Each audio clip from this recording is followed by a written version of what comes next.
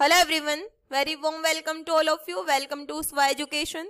Myself Radha, and today we are going to discuss about cell components, cell membrane structure and function. And this will be the continuation of previous lecture. If you didn't watch that lecture, please go in the playlist and check that lecture.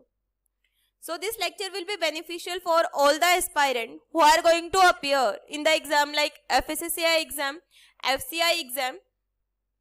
So this lecture will be definitely beneficial for all those aspirants. So before proceeding our lecture, let me show you the syllabus of FCI assistant.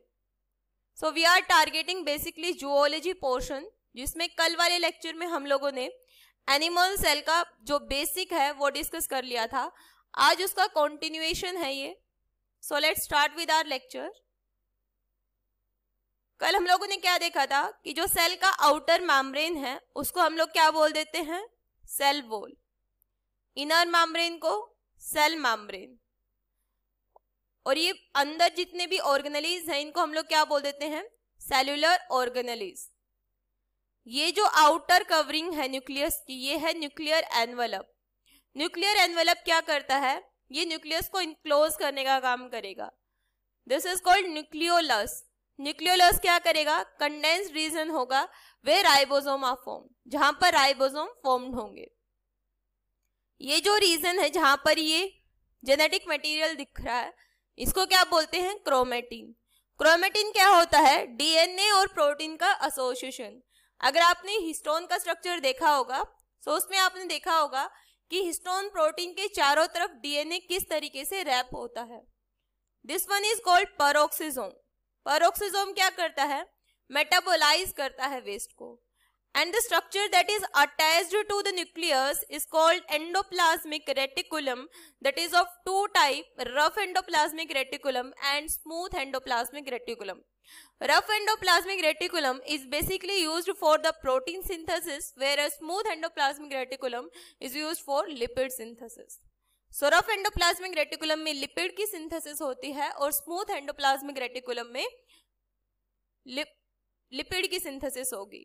सो यहाँ पर भी लिखा हुआ है endoplasmic reticulum site of protein synthesis. Protein synthesis कहाँ होगी, rough endoplasmic में, और लिपिड सिंथेसिस कहाँ होगी, स्मूथ एंडोप्लाज्मिक रेटिकुलम में.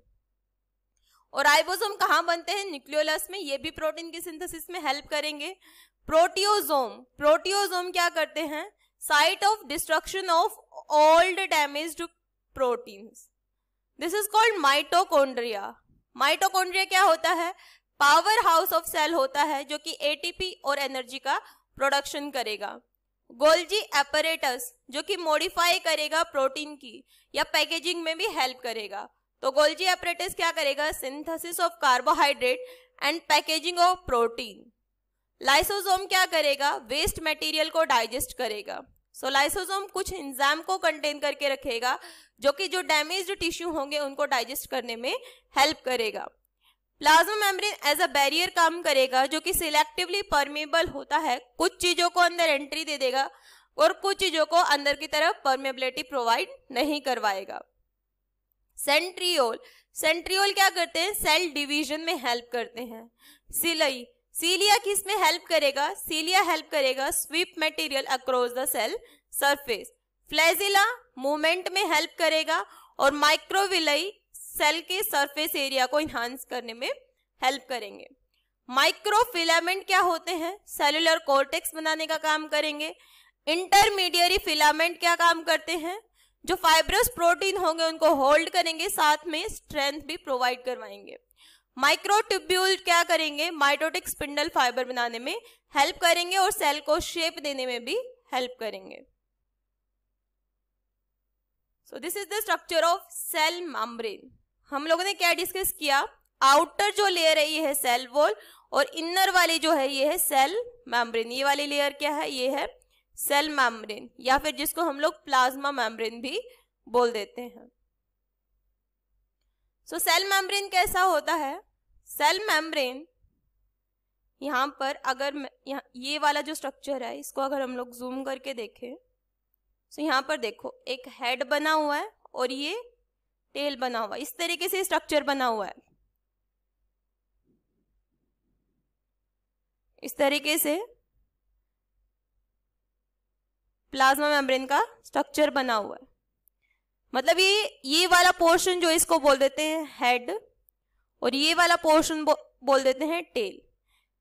ये जो टेल होती है ये नॉन पोलर होती है, यानी वाटर हेटिंग होती है, इसलिए इस तरीके से अंदर की तरफ होते हैं। और जो हेड होता है वो आउटर साइड होता है क्योंकि ये पोलर या फिर वाटर लविंग होता है, वाटर लविंग। सो ये जो हेड होता है ये पैरेलली अरेंज्ड होते हैं। सो ये किसका स्ट्रक्चर है? लिपिड बाइलेयर या फॉस्फोलिपिड का, लिपिड बाइलेयर। सो इस तरीके से स्ट्रक्चर बना हुआ है। This is the one layer, this is the another layer. So एक फॉस्फोलिपिड को अगर डिटेल में देखें तो ये वाला पोर्शन हो जाता है हेड और ये वाला पोर्शन हो जाता है टेल। टेल एक होती है सैचुरेटेड, जिसमें कि सिंगल बॉन्ड होगा, कार्बन कार्बन कार्बन कार्बन लगे होंगे, सिंगल बॉन्ड से जुड़े हुए होंगे। और एक होता है अनसैचुरेटेड, जिसमें कि हाइड्रोकार्बन की चेन होगी, जिसमें कि डबल बॉन्ड होंगे। और जो अपर सरफेस है ये है हेड ग्रुप जो कि पोलर होगा, और ये लोअर वाला टेल है जो कि नॉन पोलर या फिर हाइड्रोफोबिक होगा। तो फॉस्फोलिपिड में पोलर नॉन पोलर दोनों ग्रुप है, इसलिए फॉस्फोलिपिड को बोल देते हैं एम्फीफिलिक या एम्फीपैथिक। सो यहाँ पर देखो जो सेल मेम्ब्रेन है, यहाँ पर जो कार्बोहाइड्रेट है ये आउटर साइड में है, आउटर साइड में है और आउटर साइड में ही इसका फेस देखने को मिल रहा है। इसके अलावा यहाँ पर प्रोटीन देखने को मिल रहे हैं। एक प्रोटीन तो ये है जो कि प्लाज्मा मेम्ब्रेन में कंप्लीट तरीके से इंटीग्रेटेड है, और एक प्रोटीन जो कि ऊपर प्रेजेंट है एंड डाउनवर्ड प्रेजेंट, यानी पेरिफेरी पे प्रेजेंट है। इसको बोल देते हैं पेरिफेरल प्रोटीन। और जो बिल्कुल इंटीग्रेटेड है कंप्लीट प्लाज्मा मेम्ब्रेन में, जैसे ये इंटीग्रेटेड है कंप्लीट प्लाज्मा मेम्ब्रेन में, तो इसको बोल देते हैं इंटीग्रेटेड या इंटीग्रल प्रोटीन। सो प्रोटीन कितने तरीके का होगा? दो तरीके का, पेरिफेरल और इंटीग्रल, पेरिफेरल एंड इंटीग्रल, ये दो तरीके का प्रोटीन होगा। क्लियर है? इसके अलावा यहाँ पर ग्लाइकोलिपिड भी प्रेजेंट है। ये क्या है? ये वाला जो स्ट्रक्चर है ये है ग्लाइकोलिपिड, ये भी आउटर की तरफ फेस है इसका भी। सो इस तरीके से ये प्लाज्मा मेम्ब्रेन का स्ट्रक्चर है। Next, cell membrane. Cell membrane also called plasma membrane, thin membrane that surrounds every living cells। Cell membrane को प्लाज्मा मेम्ब्रेन भी बोला जाता है, जो कि सेल के चारों तरफ सराउंडिंग में प्रेजेंट होगी और उसको आउटर इन्वायरमेंट से प्रोटेक्शन दिलवाएगी। Cell membrane are composed primarily of fatty acid, lipids and proteins present होंगे। सो हम लोगों ने देख लिया यहाँ पर क्या क्या प्रेजेंट है। लिपिड बाइलेयर, ग्लाइकोलिपिड प्रेजेंट है, कोलेस्ट्रॉल प्रेजेंट है, ये सारे क्या हैं? लिपिड्स हैं। और अलोंग विद दैट क्या प्रेजेंट है? कार्बोहाइड्रेट प्रेजेंट है। और इसके साथ साथ पेरिफेरल इंटीग्रल प्रोटीन प्रेजेंट है। सो प्राइमरली लिपिड, प्रोटीन और कार्बोहाइड्रेट भी प्रेजेंट होता है। Membrane lipid are principally of two types, phospholipid and sterol, generally cholesterol. Both types share the defining characteristics of lipid. They dissolve radially in organic solvent, but in addition they both have a region that is attracted to and soluble in water. So हम लोगों ने ये भी देख लिया कि phospholipid के पास में दो रीजन होगा, पोलर एंड नॉन पोलर। एक वाटर सोल्यूबल होगा, एक इनसोल्यूबल होगा, इसलिए इसको क्या बोल देते हैं? एम्फीफिलिक या amphipathic. Membrane protein are also of two general type. जो प्रोटीन है वो भी दो तरीके का होगा, पेरिफेरल और इंटीग्रल। जो कंप्लीटली पूरे प्लाज्मा मेम्ब्रेन में इंटीग्रेटेड उसको बोल देते हैं इंट्रिंसिक प्रोटीन, और जो पेरिफेरी पे है उसको बोल देते हैं एक्सट्रिंसिक प्रोटीन। सो प्लाज्मा मेम्ब्रेन में मेनली क्या देखा हम लोगों ने? Lipids, proteins and carbohydrates. Carbohydrates भी दो तरीके के होंगे, क्योंकि कार्बोहाइड्रेट इंडिपेंडेंटली नहीं रहता, इंटीग्रेटेड फॉर्म में रहता है। अगर कार्बोहाइड्रेट प्रोटीन के साथ इंटीग्रेटेड है तो कार्बोहाइड्रेट यानी ग्लाइको, एंड प्रोटीन के साथ इंटीग्रेटेड है तो प्रोटीन, सो इसको हम लोग ग्लाइकोप्रोटीन या लैक्टिन बोलते हैं। लेकिन अगर कार्बोहाइड्रेट लिपिड के साथ इंटीग्रेटेड है तो इसको हम लोग ग्लाइकोलिपिड बोल देते हैं। प्रोटीन भी दो तरीके का होता है, इंटीग्रल एंड पेरिफेरल। पेरिफेरल भी दो तरीके का होगा, cytosolic and non cytosolic. Lipids जो है ये तीन तरीके के होंगे, स्टेरोल, ग्लाइकोलिपिड, फॉस्फोलिपिड। फॉस्फोलिपिड का स्ट्रक्चर कैसा होगा, polar head and non polar tail, इसको हम लोग एम्फीफिलिक बोल देते हैं।